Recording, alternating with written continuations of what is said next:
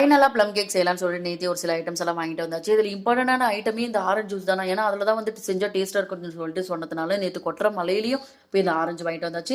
எங்கள் வீட்டில் எப்பவுமே இந்த கேக்கு அதுக்கப்புறம் இந்த பேக்கிங் ஐட்டம்லாம் எங்கள் அக்காவோட டிபார்ட்மெண்ட்டாக, அதனால நான் சைடு போகவே மாட்டேன். ஏன்னா கொஞ்சம் இந்த மெஷர்மெண்ட் கம்மி ஜாஸ்தியானா கூட தேவையில்லாத கெட்டு போயிடுன்னு சொல்லிட்டு எதுக்கு அந்த தலைவலி நான் அந்த சைடு போகிறதே கிடையாது. ஆனால் இன்னைக்கு நான் சொல்ல நீ இன்னைக்கு செஞ்சு ஆகணும்னு சொன்னதுனால நான் செய்யலான்னு சொல்லிட்டு பிளான் பண்ணிட்டேன்.